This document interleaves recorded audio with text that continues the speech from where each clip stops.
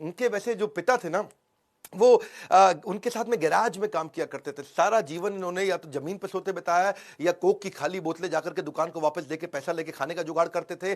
कई kilometre travel करके पैदल इस्कॉन में जाकर के फ्री का भोजन, इस्कॉन जानते हैं ना, हरे कृष्णा मंदिर, वहां फ्री का भोजन खाया करते थे। चेतना ऐसी हो गई उसी कारण, दिव्य चेतना। इंडिया आए ये, इन्होंने क्या किया, वहां पे गेमिंग जो वीडियो गेम होती है उस कंपनी में नौकरी करते थे, पैसा बचा करके इंडिया पहुंचे, अपने गुरु की तलाश में आए, बाबा नीम करोरी के आश्रम में गए। तब तक बाबा नीम करोरी का देहांत हो चुका था। उसके बाद इन्होंने जैन और बुद्धिज्म को प्रैक्टिस किया। 7 महीने इंडिया में घूमे, बसों में दिल्ली, उत्तर प्रदेश, हिमाचल प्रदेश घूमते रहे। नॉन वेजिटेरियन छोड़ दिया, फ्रूटेरियन बन गए, खाली फ्रूट्स खाया करते थे।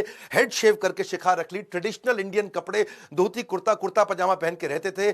और स्टीव वॉजनियाक को के साथ इन्होंने अपनी फिर पार्टनरशिप की। वापस जब अमेरिका गए, शुरुआत करी, बहुत छोटी शुरुआत करी, क्योंकि इंटेलेक्चुअल और स्पिरिचुअल प्लेटफॉर्म पे थे।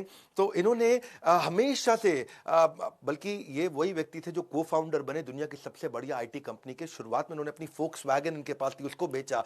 इनके पार्टनर ने अपना कैलकुलेटर बेचा। उसके बाद उन्होंने शुरुआत करी, अंडरवेयर में ही कस्टमर से मिलते थे नंगे पांव, पैसा नहीं था कपड़े पहनने का। लेकिन 1981 आते आते इन्होंने रिकॉर्ड तोड़ दिए जब इन्होंने आईपीओ लॉन्च किया अमेरिका के अंदर एप्पल का। 1983 में ये अमेरिका के 500 सबसे अमीर आदमियों में आ चुके थे। यानी कि जब ये 23 साल के थे तो $1 मिलियन, 24 साल के थे तो $10 मिलियन, और 25 साल की उम्र तक $100 मिलियन कमा चुके थे। फोर्ब्स ने इनको यंगेस्ट रिचेस्ट लोगों की लिस्ट में डाल दिया। लेकिन 1983 में ये जॉन स्कली से मिले।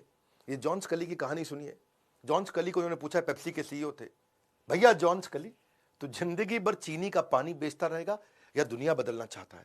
अगर चीनी का पानी बेचना तो जिंदगी भर, तो जा पेप्सी में ही काम कर, वहीं का सीईओ रहे। पर दुनिया बदलना है तो एप्पल में आ जा। जॉन स्कली बोला, एप्पल में आऊंगा, मुझे दुनिया बदलनी है।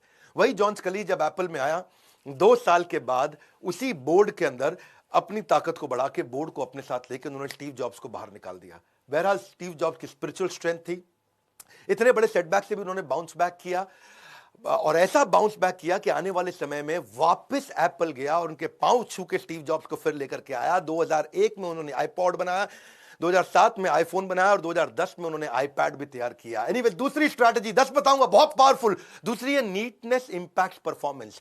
इनके पिता जो थे ना, वो गैराज के मैकेनिक थे, साधारण मैकेनिक थे, और उनको मशीन्स बहुत पसंद थी। ये भी पिता के साथ रहा करते थे, जो उनके पॉल, इनके पिता का नाम था। और वो हर चीज अपने हाथ से कुछ भी बना लिया करते थे। तो एक दिन वो कुछ फर्नीचर बना रहे थे, और फर्नीचर जो दीवार को लगना था उसमें पीछे की साइड पे वो नया सुंदर माइका लगा रहे थे, brand new high quality mica लगा रहे थे। स्टीव ने उनसे पूछा कि पिताजी, पीछे इतना महंगा माइका लगाने की क्या जरूरत है, वो कौन देखेगा? और पिता ने क्या जवाब दिया कि बेटा, अगर पीछे का और अंदर का हिस्सा ठीक होगा ना, और वो अगर एक बार आप अच्छे से देख लोगे और उसको ठीक कर दोगे, उसमें नीटनेस आ जाएगी, तो दुनिया को दोबारा खोल के उसको देखने की जरूरत नहीं पड़ेगी। ऐसा ही इसी फिलॉसफी ने इनकी जिंदगी बदल दी। और ऐसा ही इनकी कंपनी के अंदर भी एक बार एम्प्लॉय फोन के अंदर बैटरी को टेढ़ा लगा रहा था, और इन्होंने कहा बैटरी सीधा कर दो बेटा। तो उसने कहा कि भैया, बैटरी टेढ़ी है सीधी, अंदर खोल के कौन देखेगा? तभी स्टीव जॉब्स ने कहा, अंदर खोल के अभी देख लोगे तो फोन इतना बढ़िया बनेगा, दोबारा खोल के किसी को देखने की जरूरत नहीं पड़ेगी। तो नीटनेस से ही परफेक्शन आता है।